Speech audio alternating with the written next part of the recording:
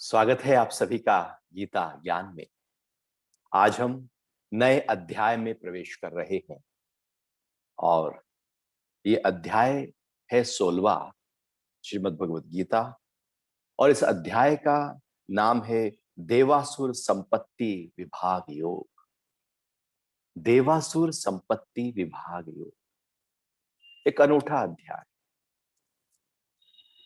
भगवान यहां पर देव और असुर, जो देवता संपदा है और जो असुर संपदा है, उनकी विभाग की बात कर रहे हैं कि किस तरह से दो तरह के व्यक्ति जीवन को जीते। संपदा का मतलब होता है धन, और भगवान ने यहां पर धन की बात कही कि दैवी संपदा और आसुरी संपदा। तो देवताओं का धन क्या है और असुरों का धन क्या है?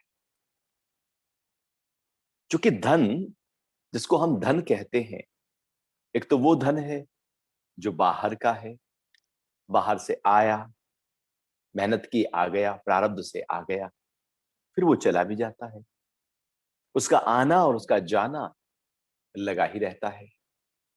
एक वो धन है जिससे आप भोग विलास में जाते हैं, आवश्यकताओं को पूरा करते हैं, दिनचर्या को व्यवस्थितता देते हैं, जिससे जीवन को जिया जाता है।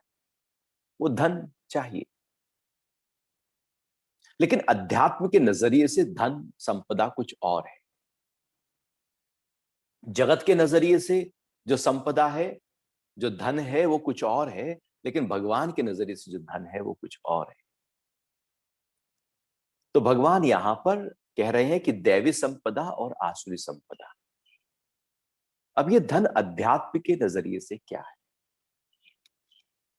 धन का मतलब यहां पर समझो कि ऊर्जा, एनर्जी, एक माइंडसेट। क्योंकि हमारा शरीर ऊर्जा से बना हुआ है, सब कुछ ऊर्जा पर आधारित है, हर सेल ऊर्जा से चल रहा है। यहां ऐसा कुछ भी नहीं जो ऊर्जा के अलावा हो रहा हो। सब कुछ हर स्तर पर जो हो रहा है वो एनर्जी से हो रहा है। शरीर में बहती हुई ऊर्जा यदि सही दिशा में बहे तो शरीर स्वस्थ है। मन में बहती हुई ऊर्जा सही दिशा में बहे तो मन स्वस्थ है। बुद्धि में बहती हुई ऊर्जा यदि सही दिशा में बहे तो बुद्धि के निर्णय ठीक हैं। अर्थात हम हृदय में बहती हुई ऊर्जा को देखें तो हमारे भाव, हमारे इमोशंस ठीक है। और यदि यही ऊर्जा गड़बड़ाने लगे, बिखर जाए, ऊर्जा तो वही है, यदि शरीर में वो गड़बड़ाकर बहे तो शरीर के रोग पैदा हो जाएंगे। और शरीर के जिस स्थान पर गड़बड़ाए वहां रोग पैदा हो जाएंगे। मन में ये ऊर्जा गड़बड़ाए तो मन की विकृति और मन के रोग पैदा हो जाएंगे।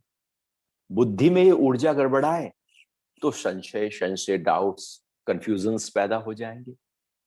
अहंकार में ये ऊर्जा गड़बड़ाए तो केवल मेरा मेरा, स्वार्थ स्वार्थ के कारण से हम सब कुछ छोड़ देंगे, केवल अपना ध्यान रखेंगे। अर्थात ऊर्जा सही दिशा में बह रही है या गलत दिशा में बह रही है। पूरे जीवन में ऊर्जा का दिशा हमने क्या दी, और ये ऊर्जा की दिशा हमारे हाथ में। जैसे संपदा, धन हमारे हाथ में है। आप उससे दूध खरीद के लाओ या शराब खरीद के लाओ, आपके हाथ में है। आपके हाथ में है। आप उस पैसे से अच्छी अच्छी किताबें खरीद के लाओ और उनको पढ़ो, उनका स्वाध्याय करो। और दूसरा है कि आप उसी पैसे से कुछ गंद खरीद लाओ। पैसा तो वही है, पैसा ना अच्छा है, पैसा ना बुरा है। संपदा अच्छी बुरी होती ही नहीं। धन यदि योग्य हाथों में है तो बहुत अच्छा है, अयोग्य हाथों में है तो वही खराब है। इसलिए किसी के हाथ में धन शोभा देता है और किसी के हाथ में धन नुकसान देने लगता है। कहीं पर धन से बहुत ही सकारात्मक कार्य होते हैं और कहीं उसी धन से बिल्कुल नकारात्मक कार्य होने लगते हैं। धन तो वही है, धन में रत्ती भर भी बदलाव नहीं है, लेकिन हम किस तरह से उसका प्रयोग कर रहे हैं उस धन का, वो महत्वपूर्ण है। इसलिए भगवान ने यहां पर संपदा अर्थात एक एक दो तरह की ऊर्जा है, एक बेहतर ऊर्जा और एक बिखरी हुई ऊर्जा। जैसे हम बाहर के अपने साथ जुड़े हुए सारे संपदाओं का प्रयोग अपने अपने मन की स्थिति के अनुसार करते हैं। हमारा मन बिखरा है, तनाव में है, क्रोध में है, चिड़चिड़ापन में है, स्वार्थ में है, हम किस तरह से अपने आप को लेकर चल रहे हैं, उसी के अनुसार हम उस धन का प्रयोग करने लगेंगे। लेकिन यदि हमारा मन बहुत ही परमार्थ में है, निस्वार्थ में है, परोपकार में है, सबकी भलाई में है, तो हम उसी धन का प्रयोग उसी रूप में करने लगेंगे। अब ये हमारे ऊपर है कि हम कैसे कर रहे हैं। तो मतलब यह हुआ कि मन की स्थिति से हम ड्राइव हो रहे हैं और ये निश्चित कर रहे हैं कि हम बाहर के धन का प्रयोग क्या करें। भगवान कह रहे हैं कि हमारे अंदर ऊर्जा है, ऊर्जा से हम बने हुए हैं, ऊर्जा के अलावा यहां कुछ भी नहीं होता। अब ये हमारे हाथ में है कि हम उस ऊर्जा का प्रयोग कर क्या रहे हैं। यदि सही प्रकार से ऊर्जा का प्रयोग किया जाए तो वो हमें ऊर्ध्व गति देगा, और गलत तरीके से उसी ऊर्जा का प्रयोग किया जाए तो नीचे की तरफ ले जाएगा। एक ऊर्ध्व गति है, एक अधोगति है। ऊर्ध्व गति दैवी संपदा का लक्षण है, अधोगति असुर संपदा का लक्षण है। ये 16वां अध्याय उसी दैवी और असुर संपदा की बात कर रहा है। अर्थात जो परमात्मा की तरफ, एकाग्रता की तरफ, जो ध्यान की तरफ, जो आनंद की तरफ, जो अपने स्वरूप को जानने की तरफ बढ़ रहा है, वो दैवी संपदा है। और जो उससे मुख मोड़कर जगत की तरफ, स्वार्थ की तरफ और केवल अहंकार की तरफ, पद की तरफ, कीर्ति की तरफ, एक लोलुपता की तरफ, बाहर की तरफ दौड़ रहा है, चाहे वो किसी भी रूप में हो, वो आसुरी संपदा का लक्षण है। आसुरी मतलब बाहर को बहती हुई, दैवी मतलब भीतर को बहती हुई ऊर्जा।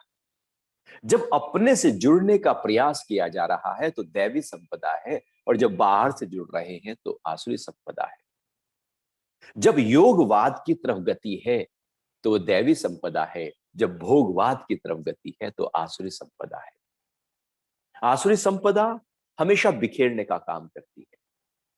समाज में सारे उपद्रव उसी आसुरी संपदा के लोग करते हैं, और समाज में जो भी कुछ सकारात्मक हो रहा है, व्यक्ति विशेष में जो सकारात्मक हो रहा है, वो सब दैवी संपदा के आधार पर होता है। अर्थात ये अब हमारे ऊपर है कि हमें जो ऊर्जा मिली है, हमें जो शक्ति मिली है, जो परमात्मा की कृपा से लगातार प्रकृति के माध्यम से हमको निरंतर ऊर्जा, सूरज, हवा, जल, भोजन, पेड़ पौधे, सबसे जो हमें शक्ति प्राप्त हो रही है, उस शक्ति का हम प्रयोग कर क्या रहे हैं। जैसे कुछ लोग होते हैं, उनके पास जब पद आता है, पावर आती है, शक्ति आती है, तो उसका दुरुपयोग करने लगते हैं। कुछ लोग होते हैं उसका सदुपयोग करने लगते हैं। तो पद, पावर, धन ऐसे हाथों में जब चला जाए जो उसका प्रयोग करना ना जानता हो, तो वो उससे बिखेरेगा, वो तहस नहस करेगा, क्योंकि शक्ति संभल नहीं रही है और आ गई। धन संभल नहीं रहा है और आ गया। अब वो धन से बिल्कुल सब उपद्रव करेगा। अचानक किसी के पास धन आ जाए तो कुछ ही समय वो धन खत्म भी हो जाएगा, क्योंकि अब वो सब गुलछर्रे उड़ाना शुरू कर देगा। वो क्लब में जाएगा, पार्टी करेगा, नाप शनाप शॉपिंग करेगा, उल्टा सीधा खाएगा, शराब पिएगा, दोस्तों में पैसे बांटेगा, क्योंकि अचानक आ गया, और फिर वो धीरे धीरे चला भी जाता है। ऐसे बहुत सारे उदाहरण हमें समाज में देखने को मिल जाते हैं। ऐसे ही पद है, ऐसे कोई शक्ति है, कोई ऊंचा पद है जिसपे पावर साथ में जुड़ जाती है, तो सारा खेल है कि मैं ड्राइव कैसे कर रहा हूं। तो भगवान यहां पर इन दो की बात कर रहे हैं कि दैवी संपदा क्या है और असुर संपदा क्या है। तो 16वें अध्याय का पहला श्लोक, तो भगवान कह रहे हैं कि अभय, चित्त की शुद्धता, ज्ञान, योग में निरंतर दृढ़ स्थिति, दान, इंद्रियों का दमन, यज्ञ, स्वाध्याय, तप और सरलता। ऐसे लगातार 3 श्लोक हैं जहां पर भगवान दैवी संपदा का लक्षण बता रहे हैं कि जब दैवी संपदा हमारे अंदर प्रकट होने लगती है तो व्यक्ति की स्थिति क्या हो जाती है और वो किस तरह के कार्य करने लगता है, उसकी मन की स्थिति क्या होती है, उसके भाव क्या होते हैं, वो किस तरह से जीवन को जीता है, कौन से विलक्षण प्रतिभाओं से वो भर जाता है, ऐसा क्या है उसके अंदर, वो जो दैवी संपदा उसके अंदर आमूल चूल परिवर्तन करके उसको एक जीवन के ऊंचे स्तर पर जीने के लिए प्रेरित करने लगती है। तो भगवान पहली बात कर रहे हैं कि अभय आ जाता है। जैसे ही हम दैवी संपदा हमारे भीतर प्रकट होती है तो सबसे पहली जो क्वालिटी है, जो लक्षण है, वो है अभय। भय से पार जाने की प्रक्रिया अभय कहलाती है। भय अब है ही नहीं, भय हमारे लिए बना ही नहीं, डर बना ही नहीं। जब डर ही नहीं बना, जैसे सूरज के आगे अंधेरा है ही नहीं, वो अंधेरा कहीं और होगा, सूरज के आगे नहीं हो सकता। यदि सूरज के आगे अंधेरा आए भी तो वो अंधेरा नहीं रहेगा, वो प्रकाश हो जाएगा। ऐसे ही दैवी संपदा का जो व्यक्ति है उसके अंदर अभय उत्पन्न हो जाता है। अब भय नहीं रहता, अब डर नहीं रहता। भय क्या है? सबसे बड़ा भय जिसके आधार पर जीवन के सारे भय खड़े हैं, वो छोटे बड़े, हर छोटी छोटी चीज के जाने का डर। केवल एक भय है हमारे अंदर, उसकी सारी ब्रांचेस हैं बहुत सारी, वो भय है मौत का डर।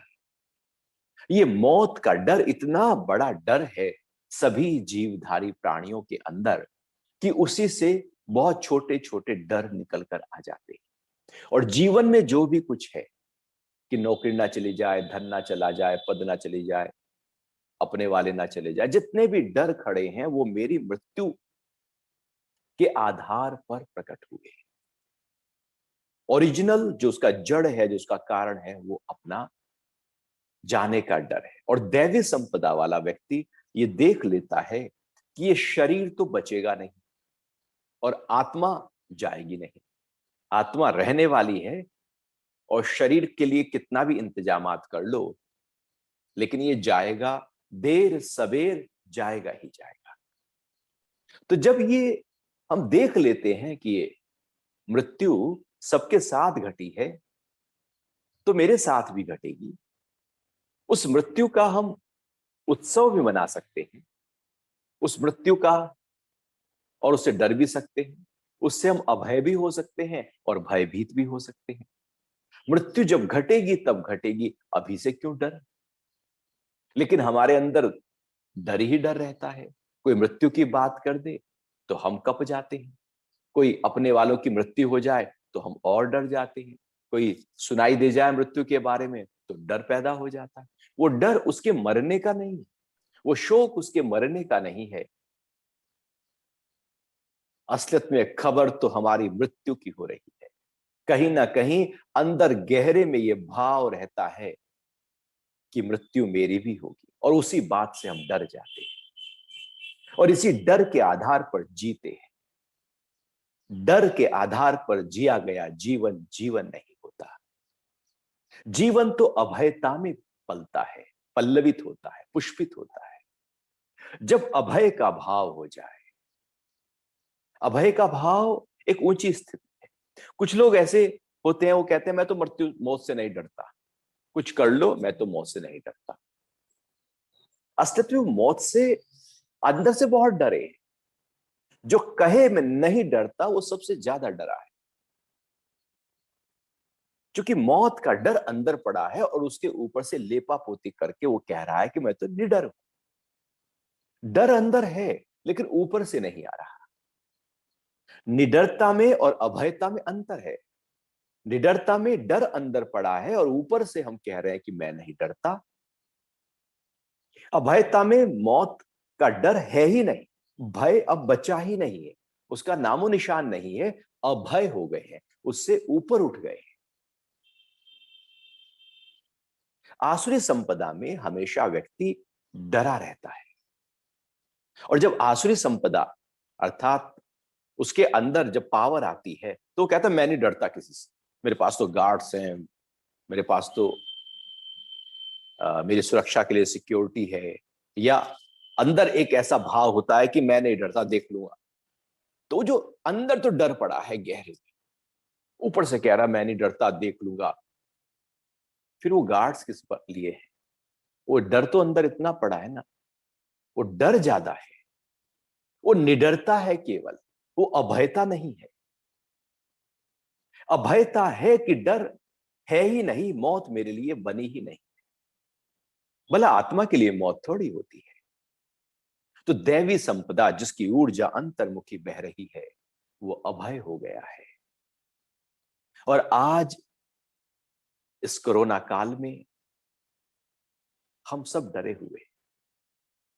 डरे हैं, भयभीत हैं, क्योंकि ये विकृति ऐसी है, ये रोग ऐसा है, न जाने कब किस तरह से अपने पैर पसार ले शरीर।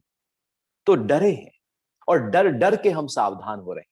हम जितनी भी सावधानी कर रहे हैं, सुरक्षा कर रहे हैं, वो डर के कर रहे हैं। सुरक्षा के लिए सुरक्षा नहीं कर रहे, डर के आधार पर सुरक्षा कर रहे हैं। डर तो अंदर चल रहा है, तो डर डर के जिया जा रहा है, ना कि पूरी तरह से अवेयर, होश और सुजाग होकर जीवन, सावधान पूर्वक जीवन जिया जा रहा। हमारी सावधानी में डर छिपा है। यदि डर को हटा दिया जाए और उसके बाद सावधान हो, तो डर जब अंदर रहता है तो मन कमजोर होने लगता है, और जब मन कमजोर होता है तो तन कमजोर होने लगता है, और जब तन कमजोर होता है तो एंटीबॉडीज और जो हमारा इम्यून सिस्टम है वो कमजोर हो जाता है। कभी भी हमारा स्वास्थ्य शरीर के स्तर पर, मन के स्तर पर, भावनाओं के स्तर पर बहुत ऊंचा नहीं हो सकता जो व्यक्ति डर रहा है। डरा डरा व्यक्ति सिकुड़ा होगा, सिमटा होगा, सहमा होगा। अभय व्यक्ति खिला होगा, प्रफुल्लित होगा, लेकिन होश के साथ होगा, सजग होगा, सावधान होगा। तो डर यदि है तो जीवन के हर पहलू पर वो डर समा जाएगा। अपने आप को उस डर से ऊपर ले आओ। जो होना है, जब होना है, जैसे होना है वो होगा, लेकिन मैं उसमें अपनी ओर से कोई लापरवाही ना कर जाऊं। मेरी लापरवाहियां ही रोग का कारण ना बन जाए, क्योंकि ये एक प्राकृतिक आपदा की तरह है, जहां पर व्यक्ति के व्यक्तिगत कर्मों का लेखा जोखा नहीं हो रहा है, बल्कि प्राकृतिक आपदाओं में जो भी उसकी लपेटे में आता है उस पर उसका प्रभाव होने लगता है। जैसे कोई बाढ़ आ जाए, सुनामी आ जाए, भूकंप आ जाए, बादल फूट जाए, बिजलियां गिर जाए, बहुत अस्त व्यस्त प्राकृतिक कुछ होने लगे तो समूह के समूह नष्ट होने लगते हैं। तो हर व्यक्ति की मृत्यु थोड़ी है, लेकिन अब व्यक्तिगत जो कर्मा है वो सस्पेंडेड हो गए हैं। अब प्राकृतिक जो आपदाएं हैं वो प्रबल होकर, प्रकट होकर बहुत ही ज्यादा वो तहस नहस करने लगती है। जो उनके लपेटे में आएगा उस पर उसका प्रभाव जाएगा। तो अब क्या करना है? हमें अपने आप को वहां से बचाना है। हम कब बचा पाएंगे?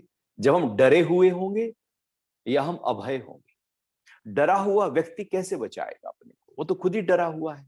वो तो डर डर के रहेगा, एक बीमारी से तो बचा लेगा, दूसरी बीमारी खड़ी कर लेगा। वो हो सकता है डिप्रेशन खड़ा कर ले, हो सकता है वो हार्ट डिजीज खड़ी कर ले, हो सकता है वो ब्लड प्रेशर बढ़ा ले, वो पैरालाइज हो जाए, पार्किंसन हो जाए, वो कहीं और, वो जो प्रेशर है वो कहीं निकल जाएगा। तो डर तो किसी भी ना किसी रूप में हमारे अंदर से उपद्रव पैदा ही करेगा, रोग पैदा ही करेगा। क्यों ना उस डर से ही अपने आप को हटा लिया जाए और एक बार बैठकर चिंतन मनन कर लिया जाए, और फिर सुजाग हो जाएं, अवेयर हो जाएं। जैसे टॉर्च हम साथ लेकर चलते हैं और टॉर्च के माध्यम से देखते रहते हैं कि कहां जाना है। टॉर्च जली है तो आप गिर नहीं सकते। और टॉर्च बंद हो जाए, अंधेरा हो जाए तो आप एकदम गिर जाए। ऐसे ही जीवन में एक सुजाग भाव होना चाहिए, अवेयरनेस होनी चाहिए, पूरी तरह से होश जगा होना चाहिए कि ये जो कोरोना है वो किस किस रूप में हमारे अंदर प्रकट हो सकता है। उन सब स्तर पर अपने आप को बचाव कर लिया जाए, सैनिटाइज कर लिया जाए, रोकथाम कर ली जाए। वो एक सुजाग है, वो डर नहीं। तो डर में किसी ना किसी रूप में वो पकड़ लेगा। अभयता में सुजाग जो है, अवेयरनेस जो है, वो बहुत ही ऊंचे स्तर पर होगी। अवेयरनेस बहुत ऊंचे स्तर पर हमको ले जाएगा, और डर डर के जो अवेयरनेस है वो कभी ना कभी किसी ना किसी रूप में कोई गलती करा देगा। तो भगवान कह रहे हैं कि दैवी संपदा का जो पहला लक्षण है वो है अभय। अब कोई भय नहीं, अब कोई डर नहीं, और यदि भय नहीं तो मन के रोग नहीं, भय नहीं तो अब जीवन को जिएंगे आप, हर पल उत्सव होगा। और डर है तो पल पल आप मरे। हम जीते हैं, दिखता है जी रहे हैं, लेकिन पल पल मौत की तरफ है, यात्रा मौत की तरफ होती है। जैसे आप दिल्ली से निकलो, आपको मन में आए कि अरे हरिद्वार गंगा जी पे नहा के आएंगे। कोरोना काल नहीं था उससे पहले, तो लोग निकल जाते हैं कार उठाकर किसी भी तरीके से साधन से, और जा रहे हैं उसी आदमी गंगा जाएंगे। गर्मियां हो रही हैं दिल्ली में तो वहां जाकर डुबकी लगाएंगे, क्या ठंडा मौसम है, आधा घंटा गंगा में रहे। तो लगातार उसकी तरफ यात्रा हमें उसकी उसकी अनुभूति कराने लगती है। ऐसे ही हमारा पूरा जीवन यदि मृत्यु के डर पे खड़ा है तो उसकी डर की अनुभूति हमें अभी होने लगती है। वो जो डर है वो जीने नहीं देता। इसलिए भगवान ने सबसे पहले ओपनिंग स्टेटमेंट, ओपनिंग वर्ड अभय बोला है, क्योंकि उनको पता है सब भयभीत है। अर्जुन भी भयभीत है, यहां युद्ध में खड़े हुए हर व्यक्ति भयभीत है। जो हिंसा कर रहा है वो डरा हुआ है, जो किसी को मार देना चाहता है वो डरा हुआ है। हम किसी को तभी मारते हैं जब अपने मरने का डर अंदर पड़ा हुआ है। हिंसा डर के आधार पर होती है, लेकिन जब अभयता पैदा होती है तो अहिंसा भाव प्रकट हो जाता है। तो पहला लक्षण है अभय। इसको अभिनिवेश कहा है। 5 क्लेश होते हैं। महर्षि पतंजलि ने कहा कि 5 क्लेशों के आधार पर हम अपने स्वरूप से दूर रहते हैं। अपने आनंद से, अपनी खुशी से, अपनी प्रसन्नता से, अपनी एक रसता से, सरलता से, सौम्यता से हम दूर हो जाते हैं।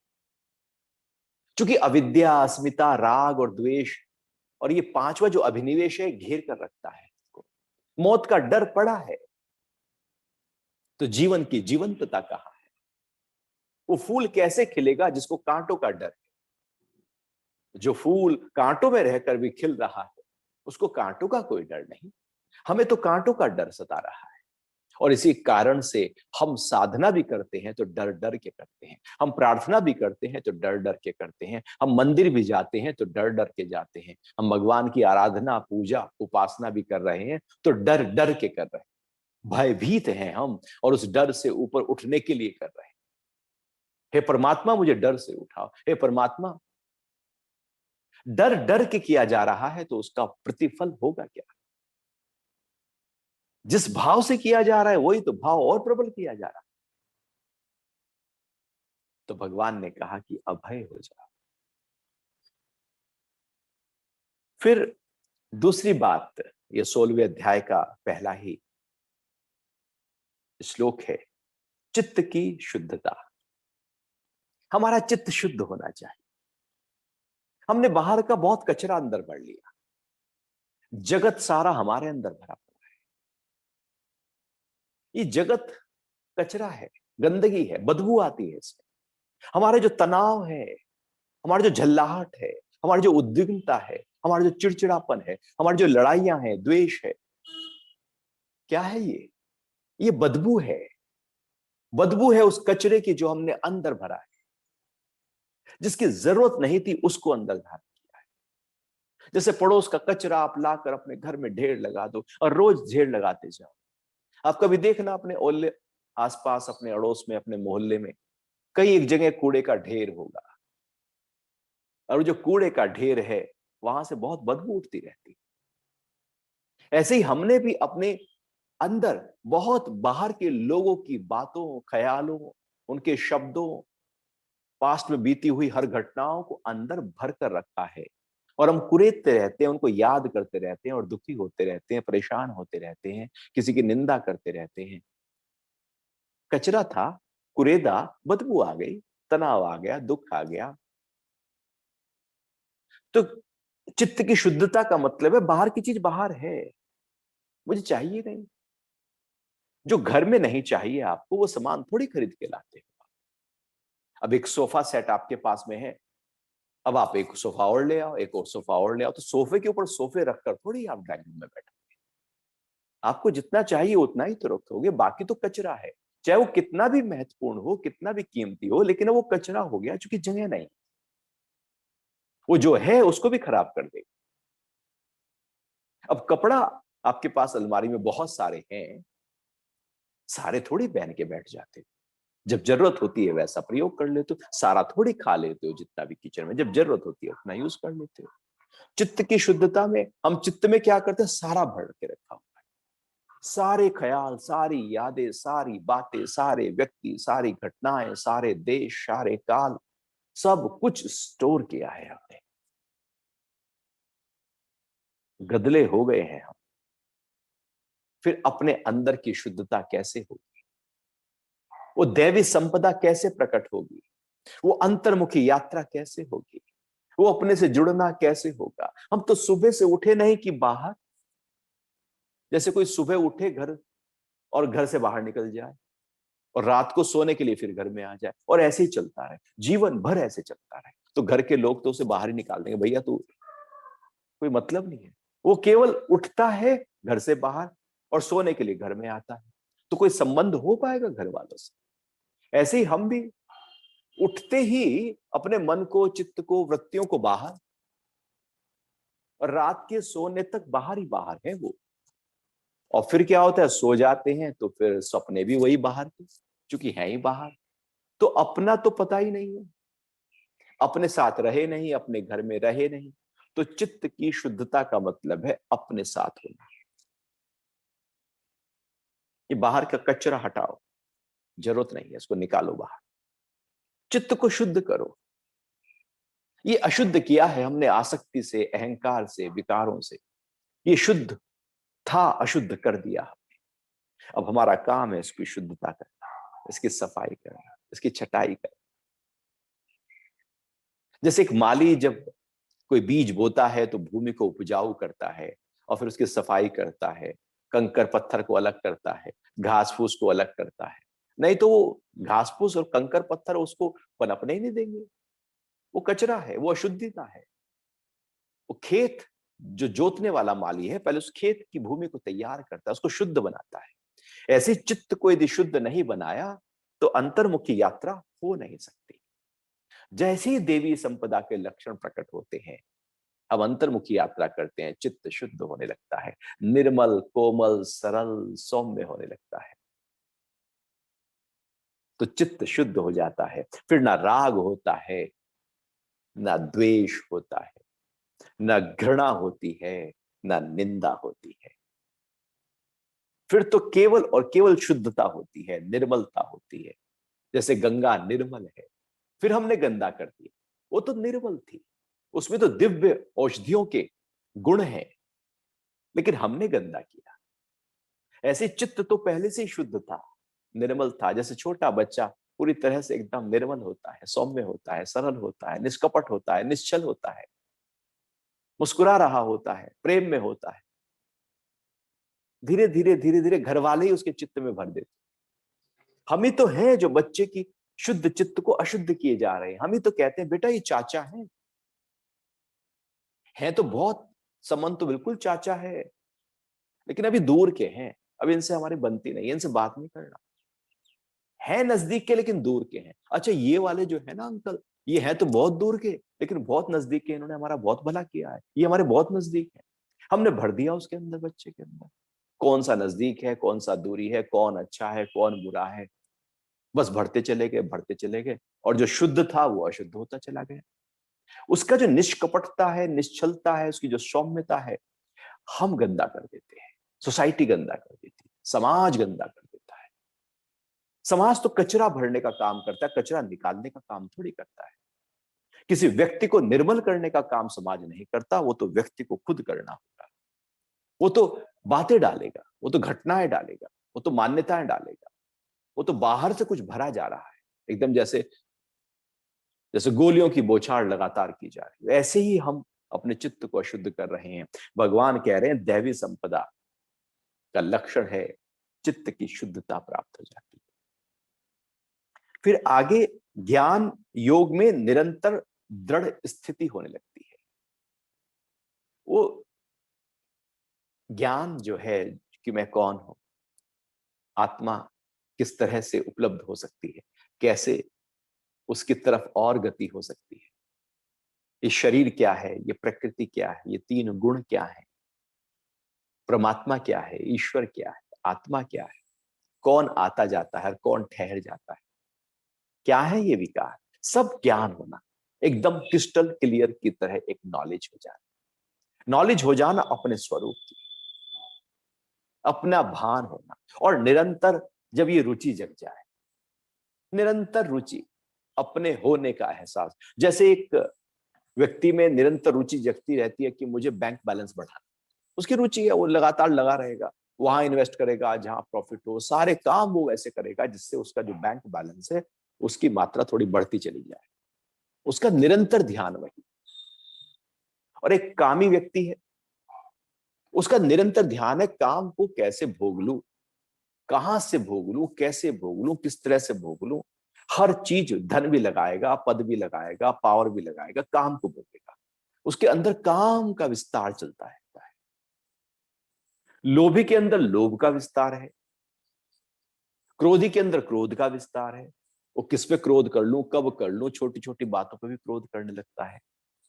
लेकिन जो ज्ञान, जो दैवी संपदा का व्यक्ति है, उसके अंदर ज्ञान योग का विस्तार चलता रहता है, कैसे अपने आप को प्राप्त हो जाए। वो लगातार उसी भाव में रहता है, वो अपनी श्वासों के साथ जुड़कर अपने आत्म भाव की ओर एक हो जाना चाहता है। उसके अंदर उसकी जो स्थिति है वो दृढ़ हो जाती है, और वो निरंतर होती है, कंटिन्यूअस होती है, सुबह से लेकर रात तक, रोज, बिना नागा, बिना कोई छुट्टी के, कोई सैटरडे संडे नहीं, लगातार निरंतर बस ज्ञान की तरफ रुचि जगी हुई है।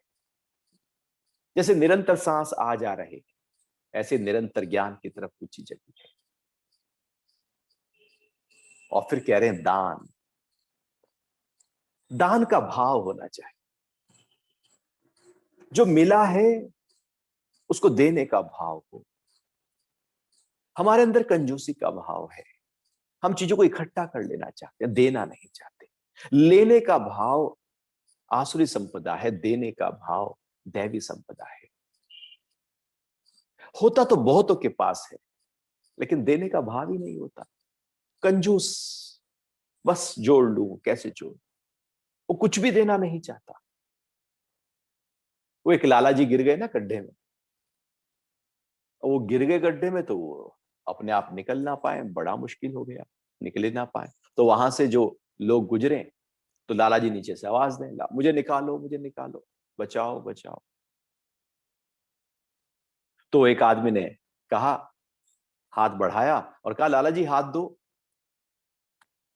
वो लाला जी ऐसे खड़े हैं, वो चला गया, कह रहा पागल आदमी, कह रहा बचाओ, मैं हाथ मांगता हूं देता नहीं। फिर दूसरा आया, वो भी क्या हाथ दो, तो लाला जी खड़े हैं, कह रहे हैं बचाओ बचाओ, हल्ले तार रहे हैं बचाओ बचाओ, लेकिन कोई कहे हाथ दो तो हाथ ना दे। उधर से एक संत गुजर रहे थे, वो देख लिया लाला जी हैं, लोभी हैं, कभी दिया ही नहीं है कुछ, ये हाथ भी नहीं दे सकते। तो संत ने कहा लाला जी हाथ लो। एकदम लाला जी ने हाथ पकड़ लिया। उन्हें केवल और केवल लेना लेना सीखा है, लल्ला लल्ला सीखा है, दद्दा दद्दा सीखा ही नहीं है, देना कभी सीखा ही नहीं है। तो जब जान बचाने की बारी आती है तब भी वो दे नहीं सकता, क्योंकि सीखा ही नहीं है, ट्रेनिंग ही नहीं। तो देना, दान का भाव होना चाहिए। और क्या होगा, इतना हमारे पास यदि है, दिया नहीं तो करोगे क्या उसका। वो तो सब छोड़ के जितना भी व्यक्ति जाता है, इसका मतलब है वो ज्यादा ही कमाया था, उतना ना भी कमाता तो भी चलता है। और हर व्यक्ति छोड़ के ही जाता है, चाहे वो 1 रुपया छोड़कर जाए, वो छोड़ के ही जा रहा है। वो 1 रुपये के लिए अनावश्यक उसने मेहनत की, वो ना भी की होती तो चल जाता उसका जीवन। लेकिन हम लगे हैं, क्यों ना दान देना शुरू करें। जो जितना देगा उतना उसका बढ़ेगा। ये प्रकृति का एक अनूठा नियम है। आप देने पे आओ, प्रकृति लौट कर देने पर आ जाए। प्रकृति कुछ भी नहीं रखती, क्योंकि इकोसिस्टम, यहां जो आवाज डालोगे पहाड़ पर खड़े होकर लौट के आएगी, कुएं में जो बोलोगे लौट कर आएगी, आप दान दोगे जो दोगे लौट कर किसी ना किसी रूप से आपके अंदर वो भरना शुरू हो जाए। हम दान इसलिए नहीं दे रहे हैं कि वो लौट के आए, दान देना है इसलिए दे रहे हैं। इससे एक व्यक्ति के अंदर एक दूसरों के लिए एक भाव उठता है। और इसलिए भारतीय परंपरा में तो हमेशा से कहा है कि भैया जो भी आप कमाते हो उसका 10वां हिस्सा दान कर दो, 5वां हिस्सा दान कर दो। केवल अपना अपना ना देखो, सबका देखो, सबकी भलाई के भाव में आ जाओ। तो दान की एक अनूठी प्रक्रिया है, सब नहीं कर सकते। दैवी संपदा का व्यक्ति ही दान में उतर सकता है, और आसुरी संपदा का व्यक्ति तो वो इकट्ठा कर लो, यहां से यहां से यहां से, हर जगह से वो इकट्ठा करने पर लगा हुआ है। तो दान हमारे चित्त को सौम्य करता है, सरल करता है। और आप देखना देखना देने वाले जो भी लोग हैं सोसाइटी में आज भी, उनका बढ़ता है या घटता है। जो भी दे रहे हैं बड़ी मात्रा में, जो भी इस कोरोना काल में सब दान दे रहे हैं, प्रकृति लौटाकर कई गुने के रूप में उनको सामने प्रकट कर देती है। कुछ भी रखा नहीं जाता, क्योंकि अंदर से भाव उठा है।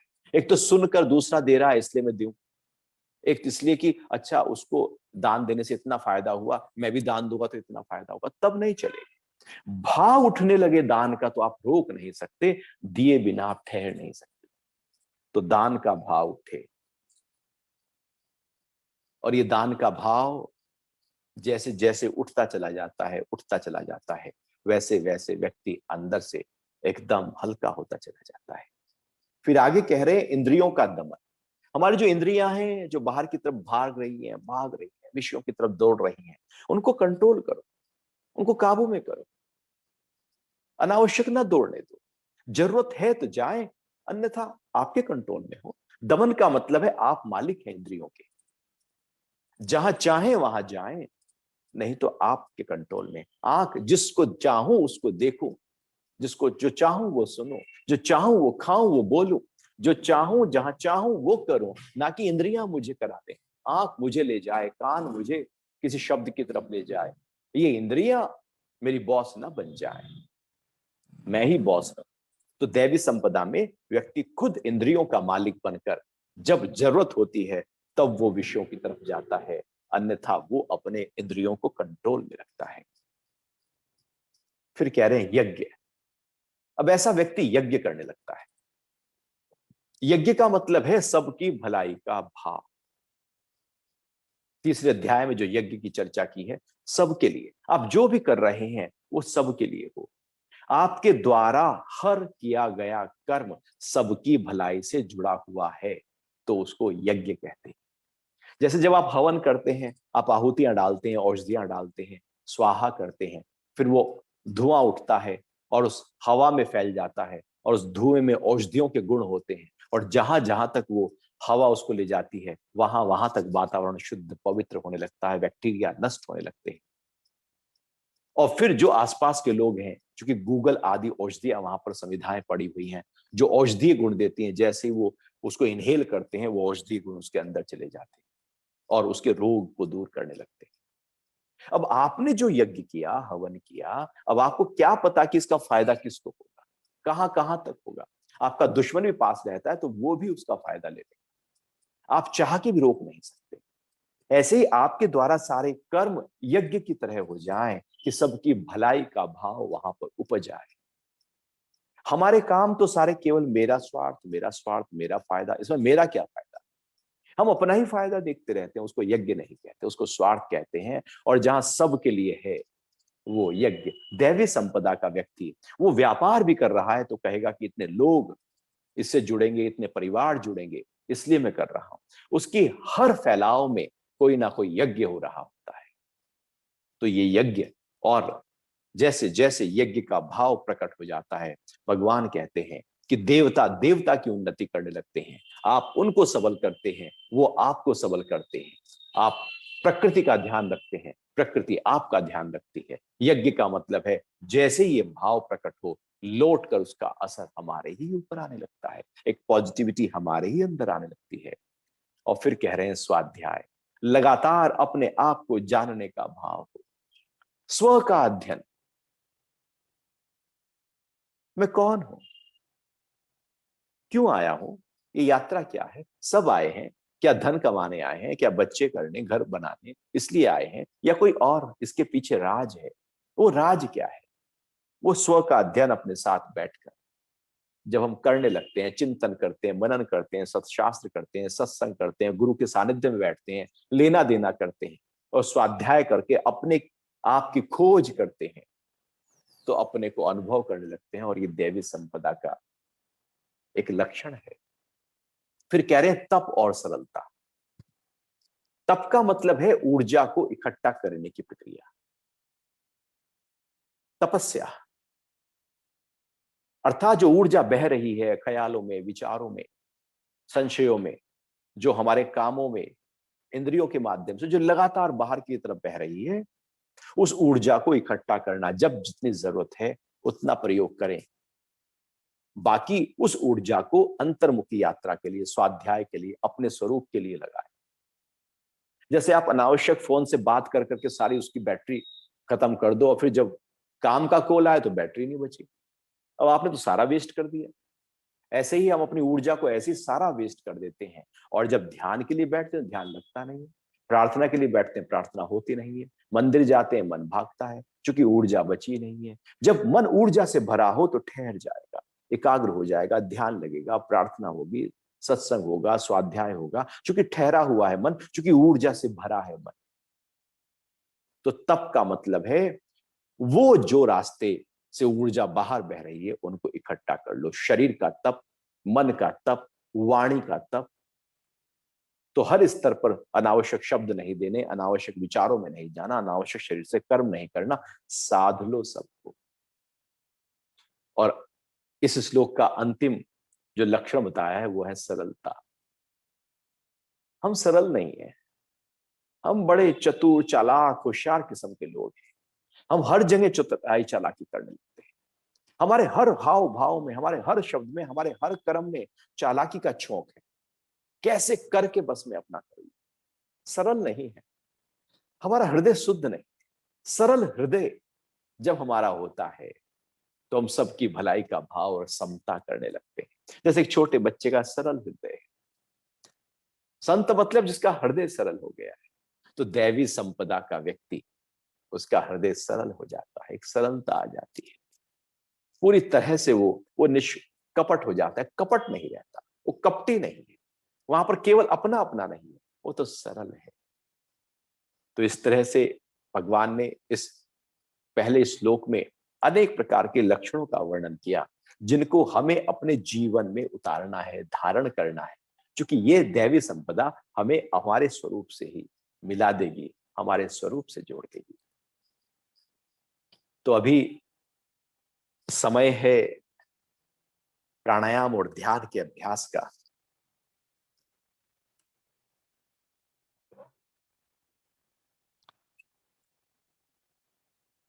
प्राणायाम अनूठी क्रिया, दोनों नासारंध्रों से श्वास दिन भर आता जाता है और शरीर के अंदर जाकर वो श्वास, वो प्राणा शरीर के स्वास्थ्य को बेहतर करता है। और ये श्वास प्रकृति से शरीर को जोड़ता है और यही श्वास आत्मा से जोड़ता है। ये श्वास बड़ा महत्वपूर्ण है। जितना इसको साधोगे, जितना इसका ध्यान दोगे, जितना इस पर ध्यान दोगे, उतना हम एकाग्र होते चले जाएं। तो आज हम कुछ प्राणायाम का अभ्यास करते हैं जहां पर हम सांस को रोकने की क्रिया थोड़ा सा जोड़ देंगे। तो श्वास भरेंगे, धीरे धीरे भरना होगा। भरने की क्रिया को हम योग की भाषा में पूरक कहते हैं, रोकने की क्रिया को कुंभक कहते हैं और निकालने की क्रिया को रेचक कहते हैं। वैसे तो दिन भर सांस भरते हैं और निकालते हैं, लेकिन जब कॉन्शियसली कई श्वासों का एक श्वास बनता हुआ अंदर जाए एक रिदम के साथ, तो उसको पूरक कहते हैं। धीरे धीरे पूरक किया जा रहा है, भरा जा रहा है, ध्यान पूर्वक भरा जा रहा है। और जब ध्यान पूर्वक रोका जा रहा है एक विधिवत तरीके से, तो कुंभक कहते हैं। और वैसे ही ध्यान पूर्वक उसको निकाला जा रहा है, कॉन्शियसली एक्सेल किया जा रहा है, तो उसको रेचक कहते हैं। यहां पर हम तीनों का ही प्रयोग करने वाले, पूरक होगा, कुंभक होगा और रेचक होगा। कुंभक आपको अपनी शक्ति के अनुसार करना है। यदि आप जितना देर रोक सके, कोई जबरदस्ती नहीं, जितना रोक सके उतना आप सांस को रोकें और फिर आहिस्ता से श्वास को निकाल देना। तो सीधे बैठ जाएं, कमर सीधी, गर्दन भी सीधी, मुस्कुराता हुआ चेहरा जैसा आपका हमेशा रहता है। अपने आप को, अपने ध्यान को अपनी सांसों पर ले आइए और सांस को महसूस करके लंबा गहरा सांस भरना शुरू करें। भरते जाएं, भरते जाएं, भरते जाएं।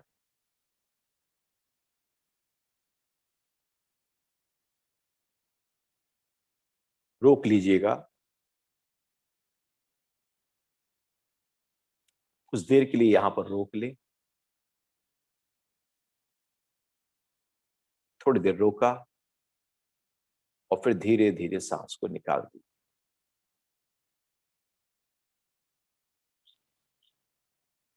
अब ये श्वास भरना, रोकना और निकालना, अभी जैसे कोरोना काल चल रहा है, तो जिनको कोरोना की शिकायत है, अभी बुखार है, तो इस अभ्यास को जरूर करें।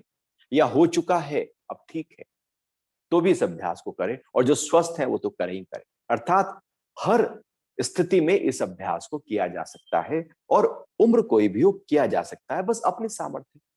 कोई 5 गिनती तक रोकेगा, कोई 7 गिनती रोकेगा, कोई 10 गिनती रोकेगा, कोई 15 गिनती रोकेगा।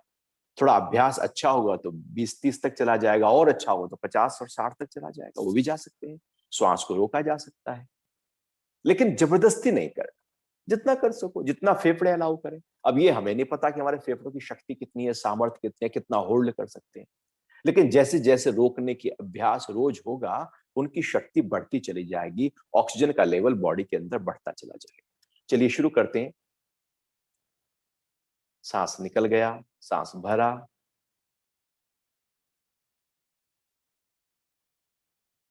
पूरा भर लेना, पेट भी फूल जाए, सीना फूल जाए, पूरा जैसे फेफड़े फैल गए हो, शरीर भर गया हो। अब रोक कर बैठ जाएं, कोई जबरदस्ती नहीं, बस रोक ले। रोक ले मुस्कुराते हुए चेहरे के साथ सांस को अंदर। जब ऐसा लगे कि अब रोक नहीं सकते, कुछ झंझनाहट सी हो रही है, तो निकाल दे श्वास को, लेकिन धीरे धीरे झटके से।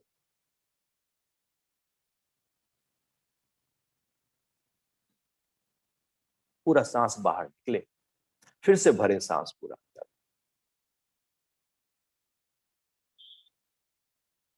भरते जाओ, पूरा भर लो, जैसे गुब्बारा एकदम भर गया हो, फूल गया हो।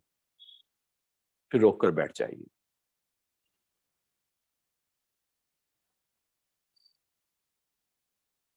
जितना आप रोक सके, जबरदस्ती नहीं करना। जबरदस्ती करोगे तो सांस फिर धीरे धीरे नहीं निकल पाएगा, फिर झटके से निकलेगा वो।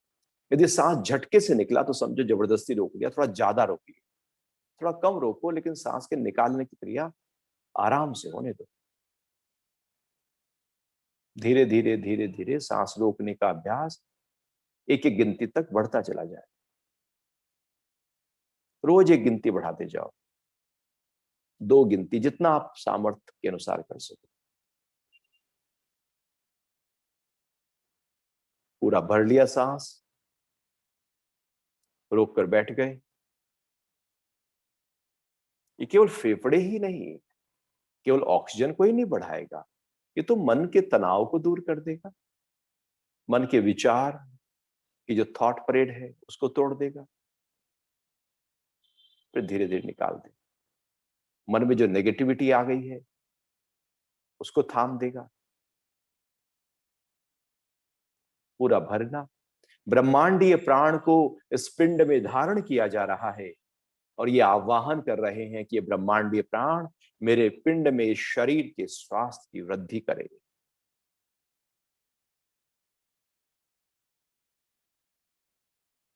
और मेरे शरीर के पांचों प्राण, प्राण, अपान, समान, व्यान और उदान को बल मिल रहा है। फिर आहिस्ता आहिस्ता श्वास को रोकते हुए बाहर एक रिदम के साथ निकाल।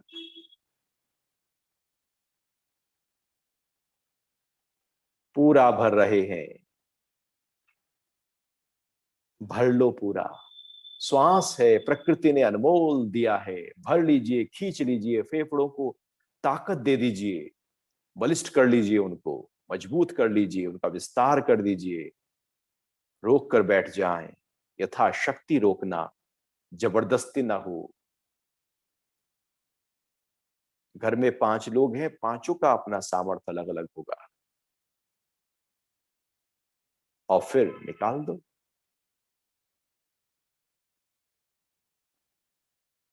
जितनी देर रोक सके उससे थोड़ा कम ही रोकना। निकालने की क्रिया भी धीरे धीरे धीरे धीरे पूरी हो। फिर से सांस भर लो।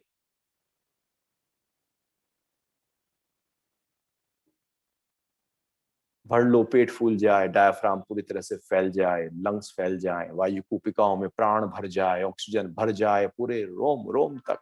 ब्लड के माध्यम से ऑक्सीजन की सप्लाई बेहतर हो रही है।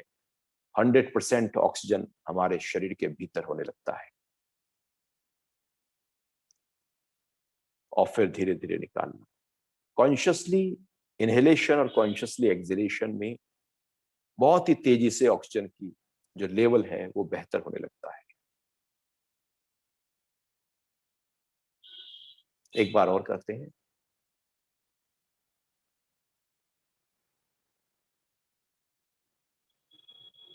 पूरा भर लो, रोक कर बैठ जाओ।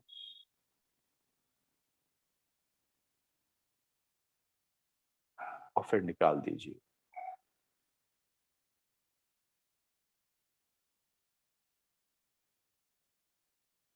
ये पहला अभ्यास हुआ। दूसरा अभ्यास है उज्जाई प्राणायाम। गले की मांसपेशियों को टाइट करके नाक से सांस भरेंगे और एक घर्षण, एक टकराहट की आवाज होगी इस प्रकार से।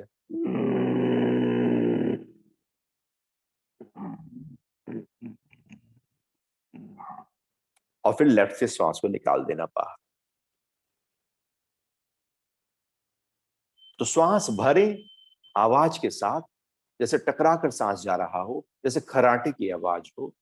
गले को टाइट ही रखना, आवाज करने की कोशिश करना, और आप पाएंगे इसकी वाइब्रेशंस आपके हार्ट से लेकर ब्रेन तक होने लगेंगी। तो शुरू करते हैं इस अभ्यास को। एक हाथ को अपने हार्ट पर, सीधे हाथ को हार्ट पर रख लेना और उल्टे हाथ को अपने सिर के ऊपर रख लेना। आंखें बंद करना और ये कंपन करना, ये उज्जाई करना और फील करना किस तरह से आवाज, एक घर्षण, एक कंपन हो रहा है, स्पंदन हो रहा है।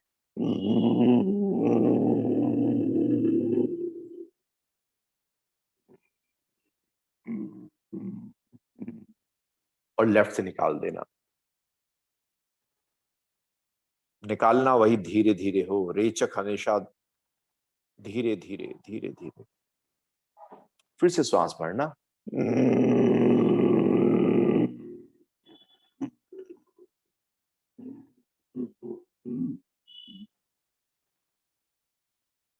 लेफ्ट से निकालना।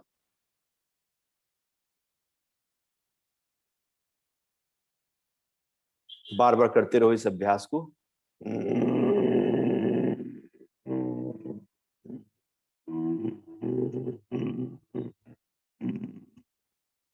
लेफ्ट से निकालना। बहुत अच्छा अभ्यास है ये लंग्स को ताकत देगा, हार्ट की ब्लॉकेज को खोलेगा, थायराइड पैराथायराइड ग्लैंड को स्वस्थ करेगा, गफ का जमाव नहीं होने देगा, कैरोटिड सिनस में ब्लॉकेज नहीं आने देगा।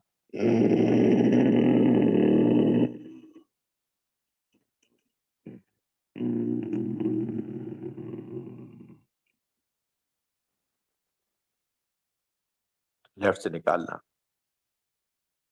करते रहो करते रहो। कुछ ही दिनों में खर्राटों की समस्या दूर हो जाती है। कुछ ही दिनों में लंग्स की शक्ति बढ़ने लगती है। कुछ ही दिनों में वाणी में मधुरता आने लगती है। फिर से करेंगे।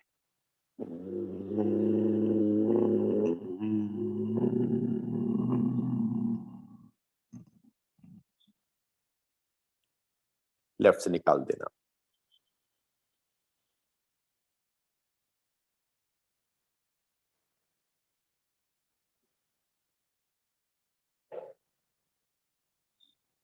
थोड़ा हथेलियां रगड़ो, गर्म कर लो हथेलियों को, और गले की हल्की मालिश कर लो, और मुंह में जो सलाइवा है उसको निगल लीजिएगा। क्योंकि गले को हमने काफी यूज किया, उसको एनर्जी देते हुए और सलाइवा को निगल कर उसको और स्मूथ करते हुए।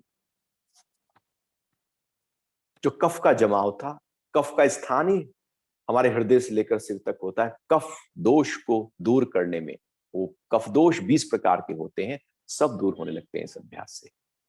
करेंगे भ्रामरी प्राणायाम। इसमें श्वास पूरा भरते, अभी भ्रामरी उज्जाई में क्या कहता है, श्वास भरते हुए गले से आवाज की थी। भ्रामरी में सांस भर लेंगे और जब निकालेंगे तो आवाज होगी, और ये आवाज बहुत ही मधुर होगी, होगी गले से।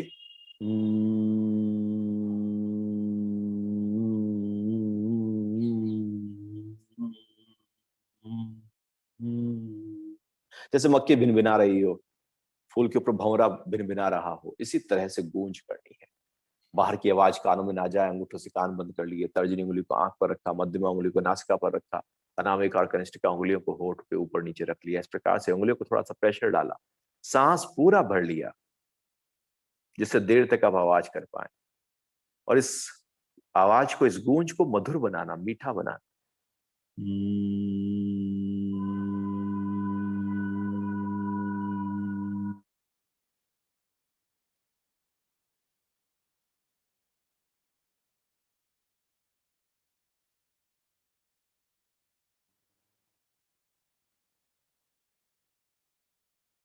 हर बार सांस भरना,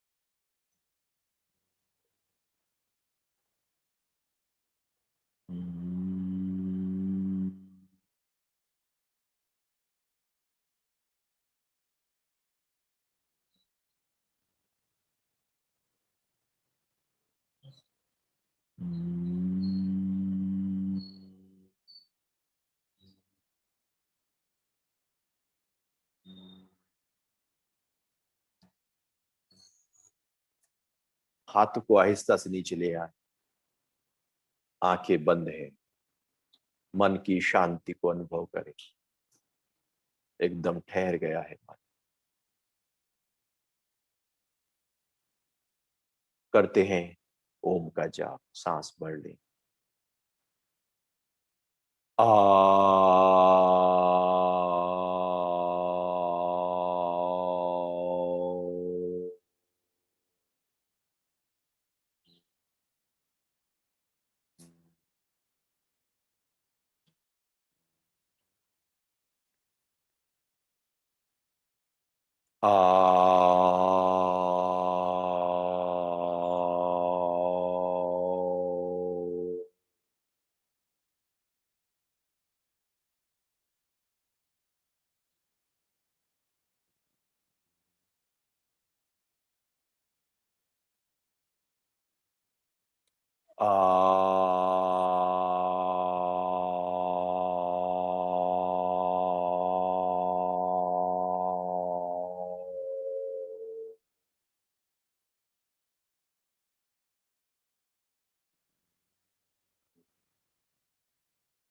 ओम शांति, शांति, शांति।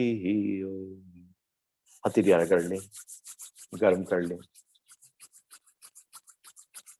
गर्म हो जाए तो अपनी आंखों के ऊपर रख लें, कुछ देर के लिए आंखों को ढक कर रखें। अंधेरा है, एकदम ब्लैंक हो गया है, काला गहरा अंधेरा आंखों के सामने। मन को भी चेक करें इस टाइम, क्या कोई ख्याल है, विचार है, विकार है? आप पाएंगे कुछ नहीं, सब जैसे कहीं खो गया, लीन हो गया।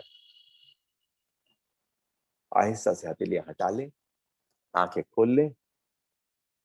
आज के लिए इतना ही रखते हैं। अब हम सोमवार सुबह 8 बजे फिर से मिलते हैं और गीता के आगे भगवान किस तरह से दैवी संपदा की चर्चा कर रहे हैं उसको समझेंगे। हरि ओम। जय श्री कृष्णा।